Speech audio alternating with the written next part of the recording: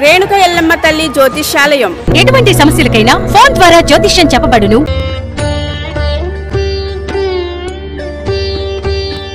భక్తివర్ణ ప్రేక్షకులకి శుభోదయం. 14/12/2023 స్వస్తి శ్రీ చాంద్రమాన శోభకృతనామ సంవత్సరం దక్షిణాయనం హేమంత ఋతువు మార్గశిర మాసం శుక్లపక్ష విధియ గురువారం. విధియ రాత్రి 2:39 వరకు, మూలా నక్షత్రం ఉదయం 11:33 వరకు, వర్జ్యం ఉదయం 9:58 నుండి 11:33 వరకు, మళ్ళీ వర్జ్యం రాత్రి 8:48 నుండి 10:20 వరకు, దుర్ముహూర్తం ఉదయం 10:04 నుండి 10:48 వరకు దుర్ముహూర్తం. అలాగే మళ్ళీ మధ్యాహ్నం 2:28 నుండి 3:12 వరకు దుర్ముహూర్తాలు. సూర్యోదయం 6:25, సూర్యాస్తమయం 5:24. ఈరోజు అమృత గడియలు ఉదయం 5 గంటల నుండి 6:41 వరకు. రాహుకాలం ఈరోజు మధ్యాహ్నం 1:30 నుండి 3 గంటల వరకు రాహుకాలం. శుభ సమయం లేదు ఈరోజు. గండయోగం సాయంత్రం 3:44 మధ్యాహ్నం, బాలవ మధ్యాహ్నం 3:23, కౌలవ రాత్రి 2:39. చంద్రదర్శనం విధియ గురువారం కాబట్టి అన్ని కార్యాలకై ఈరోజు అనుకూలం. దినారంభ చక్రాన్ని బట్టి చూస్తే ఈరోజు మేష, వృషభ, మిథున, కర్కాటక రాశి వారికి అనుకూలంగా ఉంది, అత్యంత అనుకూలం. అలాగే సింహ, కన్య, తుల, వృశ్చిక రాశి వారికి కూడా చాలా బాగుంది ఈరోజు. అలాగే ధనస్సు, మకర, కుంభ, మీనరాశుల వారికి కూడా చాలా అనుకూలంగానే ఉంది. అలాగే భగవద్గీతలో ఏకాదశోధ్యాయంలో విశ్వరూప దర్శన యోగంలో కృష్ణ పరమాత్మ ఏం చెప్తున్నారో చూద్దాం. పార్థాయ ప్రతిబోధితాం భగవతాం నారాయణేన స్వయం వ్యాసేనాగ్రదిత పురాణ మునినా మధ్యే మహాభారతం అద్వైతామృతవర్షిణీం భగవతీం అష్టాదశాధ్యాయిని అంబా త్వామనుసంధరామి భగవద్గీతే భవద్వేషిణి.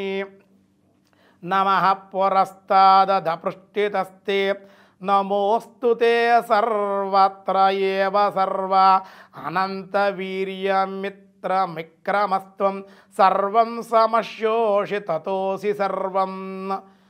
అనంత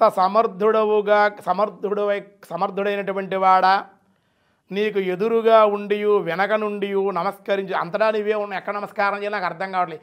ఇటు చూస్తే నువ్వే ఉన్నావు, అటు చూస్తే నువ్వే ఉన్నావు, వెనక చూస్తే నువ్వే ఉన్నావు, ముందు చూస్తే నువ్వు. సర్వము కూడా నీవే వ్యాప్తమైన సర్వదిక్కులకి, అందుకే నమస్కారం అయ్యా స్వామి ఓ సర్వాత్మ అని సంబోధించాడు అర్జునుడు. నీకు అన్ని వైపులకి నమస్కారం. ఎలాగనగా అనంత పరాక్రమశాలివైన నీవు జగత్తునంతటా వ్యాప్తించి చేయనటువంటి వాడు. అన్ని రూపములు నీవే. సకేతి మత్వా ప్రసభం యదుక్తం హే కృష్ణ హే హేదవా హే సకేతి అజానాత మహిమానత వేద మమయా ప్రమాదాత్ ప్రణయేన వాపి. అంతేకాదయ్యా, సమస్తము కూడా నీవు వ్యాప్తించున్నావు. అంతేకాకుండా నీ మహిమలు ఎరుంగు నిన్ను సకునిగా భావించి స్నేహితుడుగా చనువుగా నిన్ను పొరపాటు అనేక రకాలుగా మాట హే కృష్ణ ఓ యాదవ వంశ ఓ యాదవ ఓ మిత్ర అని తొందరపాటులోనే తెలియక నా స్నేహితుడువు కదా, మన అనే ఒకే వయసు వాళ్ళం కదా అనే ఉద్దో తెలియక నేను మాట్లాడుంటాను. గతంలో చేసిన తప్పులే ఏమన్నా ఉంటే చులకనగా కానీ పరిహాసంగా కానీ అనుకోకుండా ఏదైనా మాట్లాడుంటే కన్నా నన్ను క్షమించవయ్యా స్వామి, నువ్వు ఇలాంటి వాడవని పరమాత్మని తెలియలేదు.